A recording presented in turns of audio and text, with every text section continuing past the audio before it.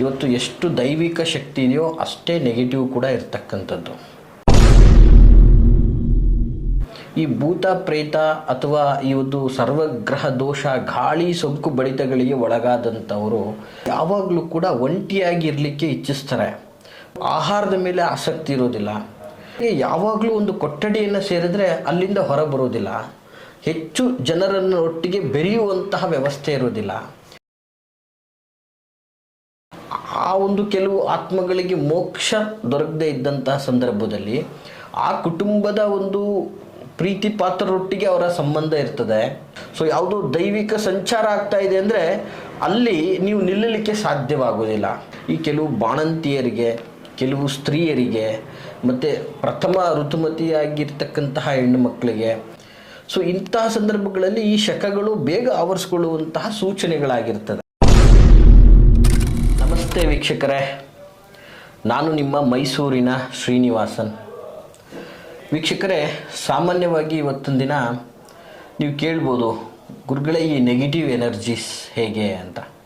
ಅಂದರೆ ಲೈಕ್ ಭೂತ ಪ್ರೇತ, ಗಾಳಿ ಸೋಂಕು, ಗ್ರಹಪೀಡ ಪ್ರಭಾವಗಳು.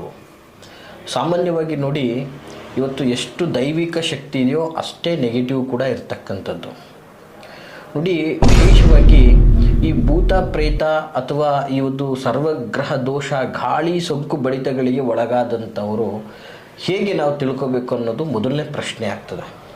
ನೋಡಿ, ಸಾಮಾನ್ಯವಾಗಿ ಅವ್ರಗಳಿಗೆಲ್ಲ ಹೇಗಿರ್ತಾರೆ ಅಂತಂದರೆ, ತುಂಬ ಆ್ಯಕ್ಟಿವ್ ಆಗಿರ್ತಕ್ಕಂತಹ ವ್ಯಕ್ತಿ ಈ ಪ್ರಭಾವಕ್ಕೆ ಒಳಗಾಗ್ಬಿಟ್ಟ ಅಂತಂದರೆ ಸಡನ್ನಾಗಿ ಮೌನಕ್ಕೆ ಶರಣಾಗ್ಬಿಡ್ತಾನೆ. ಅವನು ಬೆಳಗ್ಗೆ ಎದ್ದು ಅವನ ನಿತ್ಯ ಕರ್ಮಗಳಲ್ಲೂ ಕೂಡ ವಿಳಂಬ ಆಗ್ತದೆ. ಜೊತೆಗೆ ಅವನ ಆಹಾರ ಕ್ರಮ ಸಂಪೂರ್ಣ ವಿಕೃತಗೋಗಿರ್ತದೆ. ಜೊತೆಗೆ ಸದಾ ಯಾವಾಗಲೂ ಕೂಡ ಒಂಟಿಯಾಗಿ ಇರಲಿಕ್ಕೆ ಇಚ್ಛಿಸ್ತಾರೆ. ಮತ್ತು ಸದಾ ಯಾವುದೋ ಒಂದು ರೀತಿಯಾದಂತಹ ಗುಂಗಲ್ಲಿ ಅವರ ಒಂದು ಕತ್ತನ್ನು ಕೆಳಗೆ ಹಾಕಿರ್ತಕ್ಕಂಥವ್ರು ಸದಾ ಆ ಭೂಮಿಯನ್ನೇ ನೋಡುವಂತಹ ವ್ಯವಸ್ಥೆ ಆಗಿರ್ತದೆ. ಜೊತೆಗೆ ಅವರ ಒಂದು ಆಹಾರದ ಮೇಲೆ ಆಸಕ್ತಿ ಇರೋದಿಲ್ಲ. ಜೊತೆಗೆ ಅವರ ವೇಷಭೂಷಣಗಳ ಮೇಲೆ ಅವ್ರಿಗೆ ಅರಿವಿರೋದಿಲ್ಲ. ಕಂಪ್ಲೀಟ್ಲಿ ಮಂದತ್ವ ಅಂತಕ್ಕಂಥದ್ದು ತುಂಬಿರ್ತದೆ. ಸದಾ ನಿದ್ದೆಗೆ ಜಾರಿರ್ತಾರೆ. ಸೊ ಈ ರೀತಿಯಾದಂತಹ ಲಕ್ಷಣಗಳನ್ನು ಹೊಂದಿದ್ದು, ಜೊತೆಗೆ ಯಾವಾಗಲೂ ಒಂದು ಕೊಠಡಿಯನ್ನು ಸೇರಿದ್ರೆ ಅಲ್ಲಿಂದ ಹೊರ ಬರೋದಿಲ್ಲ. ಹೆಚ್ಚು ಜನರನ್ನು ಒಟ್ಟಿಗೆ ಬೆರೆಯುವಂತಹ ವ್ಯವಸ್ಥೆ ಇರೋದಿಲ್ಲ. ಈ ಥರದ ಲಕ್ಷಣಗಳನ್ನು ಕಂಡಾಗ ಆ ವ್ಯಕ್ತಿಯಲ್ಲಿ ಸೋಂಕು ಅಥವಾ ಗಾಳಿ ಪ್ರಭಾವ ಯಾವುದೋ ಒಂದು ನೆಗೆಟಿವ್ ಆವರಿಸ್ಕೊಂಡಿದೆ ಅಂತಕ್ಕಂಥದ್ದನ್ನು ಸ್ಪಷ್ಟವಾಗಿ ಹೇಳ್ಬೋದು. ಇನ್ನು ಕೆಲವೊಂದು ಬಾರಿ ಏನಾಗ್ತದೆ, ಆ ಪ್ರಭಾವಕ್ಕೆ ಒಳಗಾಗಿ ತೀವ್ರವಾದಾಗ ಆ ವ್ಯಕ್ತಿಯನ್ನು ನೋಡಿ ಅವನ ಮುಖಕಮಲಗಳಲ್ಲಿ ದರಿದ್ರದ ಛಾಯೆ, ಜೊತೆಗೆ ಕೈಕಾಲೆಲ್ಲ ಒಣಗಿ ಸಣ್ಣ ಆಗಿಬಿಟ್ಟಿರ್ತಾನೆ. ಕೈಕಾಲು ಸಣ್ಣ, ಹೊಟ್ಟೆ ದಪ್ಪವಾಗಿ ಬೆಳೆದು ಬಿಟ್ಟಿರುತ್ತೆ. ಸೊ ಆ ವ್ಯಕ್ತಿಗೆ ಒಂದು ರೀತಿಯಲ್ಲಿ ಕಂಪ್ಲೀಟ್ಲಿ ಮಂದತ್ವ ಅನ್ನೋದು ಶುರುವಾಗ್ಬಿಟ್ಟಿರುತ್ತೆ.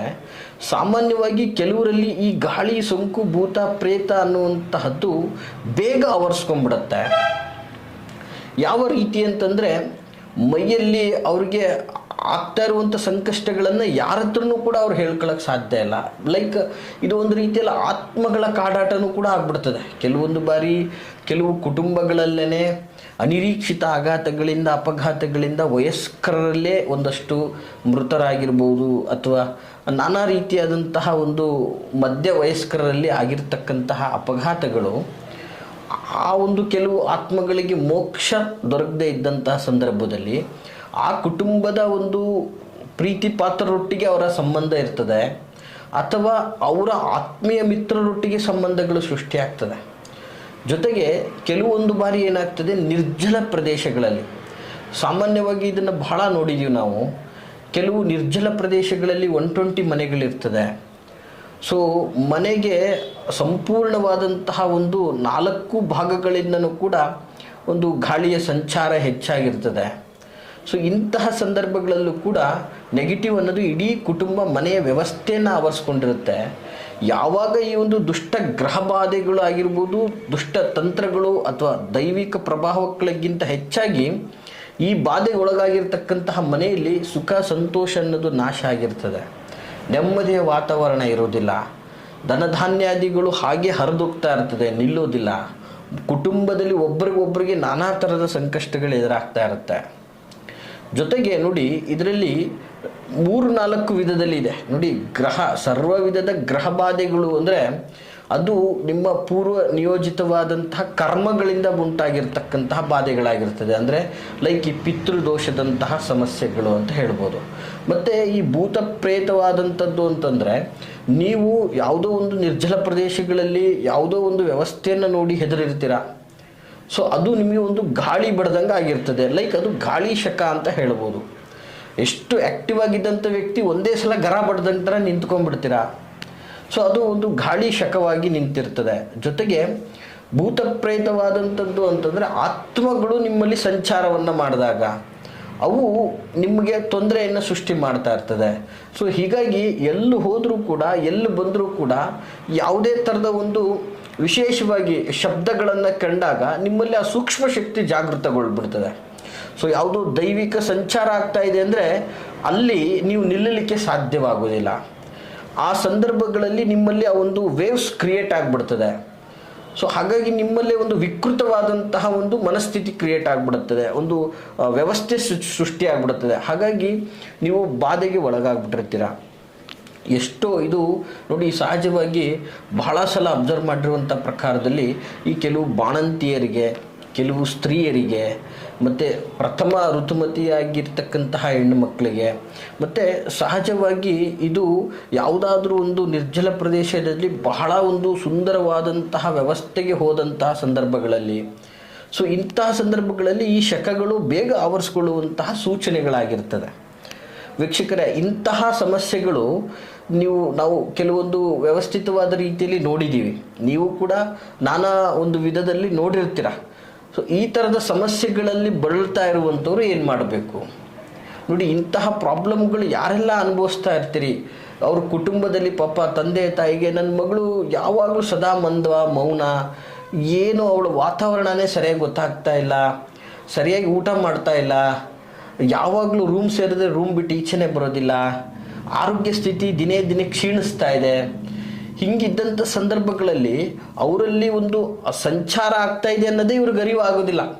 ಕುಟುಂಬದಲ್ಲೇ ಇದ್ದು ಅವ್ರಿಗೆ ಅರಿವು ಆಗ್ತಾ ಇರೋದಿಲ್ಲ. ಎಷ್ಟೋ ಪೇರೆಂಟ್ಸ್ಗಳು ಈ ಒಂದು ವಿಷಯದಲ್ಲಿ ನೊಂದಿರ್ತಕ್ಕಂಥದ್ದನ್ನು ನೋಡಿದ್ದೀವಿ.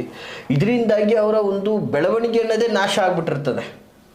ಸೊ ಜೊತೆಗೆ ಈ ಕೆಲವೊಂದು ಬಾರಿ ಏನಾಗ್ತದೆ, ಈ ಒಂದು ವ್ಯವಸ್ಥೆಗೆ ಸಿಗಾಕೊಂಡಿರ್ತಕ್ಕಂತಹ ಕುಟುಂಬ ಎಷ್ಟೋ ದಿನಗಳು ಕಳೆದರೂ ಕೂಡ ಹೊರಬರಲಿಕ್ಕೆ ಸಾಧ್ಯ ಆಗೋದಿಲ್ಲ. ಅದು ಆ ಕುಟುಂಬದಿಂದ ಹೋದರೂ ಕೂಡ ಅದರ ದರಿದ್ರದ ಛಾಯೆ, ಅದರ ಪ್ರಭಾವ ಇಡೀ ಕುಟುಂಬಕ್ಕೆ ಆವರಿಸ್ಕೊಂಡ್ಬಿಟ್ಟಿರುತ್ತೆ. ಸೊ ಹೀಗಾಗಿ ಅವರ ಜೀವನದಲ್ಲಿ ಸಕ್ಸಸ್ ಅನ್ನೋದೇ ನಾಶ ಮಾಡ್ಕೊಂಡ್ಬಿಟ್ಟಿರ್ತಾರೆ. ಸೊ ಅಂತಹ ಒಂದು ಸಮಸ್ಯೆಗಳಿಗೆ ಬಳಲಿರ್ತಕ್ಕಂಥವ್ರು ದಯಮಾಡಿ ಈ ಒಂದು ತಂತ್ರವನ್ನು ಮಾಡಿ, ಈ ಒಂದು ದೈವಿಕ ಮಂತ್ರವನ್ನು ಪಠನೆ ಮಾಡೋದ್ರ ಜೊತೆಗೆ ಕ್ರಮಬದ್ಧವಾದಂತಹ ಒಂದು ನಿಯಮವನ್ನು ಪಾಲನೆ ಮಾಡೋದ್ರಿಂದ ನಿಮಗೆ, ನಿಮ್ಮ ಮನೆಗೆ, ನಿಮ್ಮ ಕುಟುಂಬದ ಸದಸ್ಯರಿಗೆ ಯಾರಿಗೆ ಈ ಒಂದು ಪ್ರಭಾವಕ್ಕೆ ಒಳಗಾಗಿದ್ದರೂ ದೂರ ಆಗ್ತಾರೆ. ಜೊತೆಗೆ ಇಂತಹ ಪ್ರಭಾವಕ್ಕೆ ಒಳಗಾಗದೇ ಇಲ್ಲ ಅಂತಲೂ ಕೂಡ ನಾವು ಸ್ಪಷ್ಟವಾಗಿ ಹೇಳ್ಬೋದು ವೀಕ್ಷಕರೇ. ಸಾಮಾನ್ಯವಾಗಿ ಇದರ ಒಂದು ವಿಶಿಷ್ಟವಾದಂತಹ ಮೂಲ ಮಂತ್ರ ಇರ್ತಕ್ಕಂಥದ್ದು. ಈ ಒಂದು ಮಂತ್ರವನ್ನು 41 ಬಾರಿ ಜಪಿಸಬೇಕಾಗ್ತದೆ. ಜಪಿಸುವಂತಹ ಸಂದರ್ಭದಲ್ಲಿ ಒಂದು ಚಂಬಿನಲ್ಲಿ ಅಥವಾ ಒಂದು ತಾಮ್ರದ ಚಂಬಲ್ಲಿ ಸ್ವಲ್ಪ ನೀರು, ಜೊತೆಗೆ ಒಂದು ವಿಭೂತಿಗಳನ್ನು ಇಟ್ಕೊಂಡು 28 ದಿನ 41 ಬಾರಿ ಜಪಿಸಬೇಕಾಗ್ತದೆ.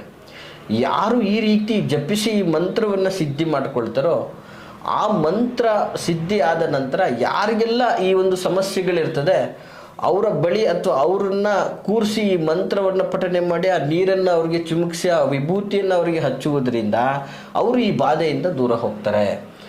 ಆಗ ಅವರ ಒಂದು ವ್ಯವಸ್ಥೆ ಸರಿ ಹೋಗ್ತದೆ ಮತ್ತು ಅವರು ಒಂದು ಒರಿಜಿನಾಲಿಟಿಗೆ ಬರ್ಬೋದು ಅಂತ ಹೇಳಲಿಕ್ಕೆ ಇಷ್ಟಪಡ್ತೀನಿ. ಹಾಗಾದರೆ ಯಾವುದು ಆ ಒಂದು ಮಂತ್ರ ಅಂದರೆ, ಮಂತ್ರ ಸ್ವರೂಪ ಹೀಗಿರ್ತಕ್ಕಂಥದ್ದು. ದಯವಿಟ್ಟು ನೋಟ್ ಮಾಡ್ಕೊಳ್ಳಿ ವೀಕ್ಷಕರೇ, ಬಹಳ ವಿಶೇಷವಾದಂತಹ ಮಂತ್ರ. ಮಂತ್ರ ಸ್ವರೂಪ ಹೀಗಿದೆ: ಓಂ ಆಲಯ ಮಹಾಲಯ ಸರ್ವಗ್ರಹ ದೋಷ ನಿವಾರಣಾಯ ಸಮಸ್ತ ಶಾಪ ವಿಮೋಚನಾಯ ಸರ್ವಭೂತ ಪ್ರೇತ ನಿವಾರಣಾಯ ಓಂ ರೀಂ ಕ್ಲೀಂ ಪಟ್ ಸ್ವಾಹ. ವೀಕ್ಷಕರೇ, ಮತ್ತೊಂದು ಬಾರಿ ಹೇಳ್ತಾ ಇದ್ದೀನಿ ಈ ಮೂಲ ಮಂತ್ರವನ್ನು, ಸರಿಯಾಗಿ ನೋಟ್ ಮಾಡ್ಕೊಳ್ಳಿ.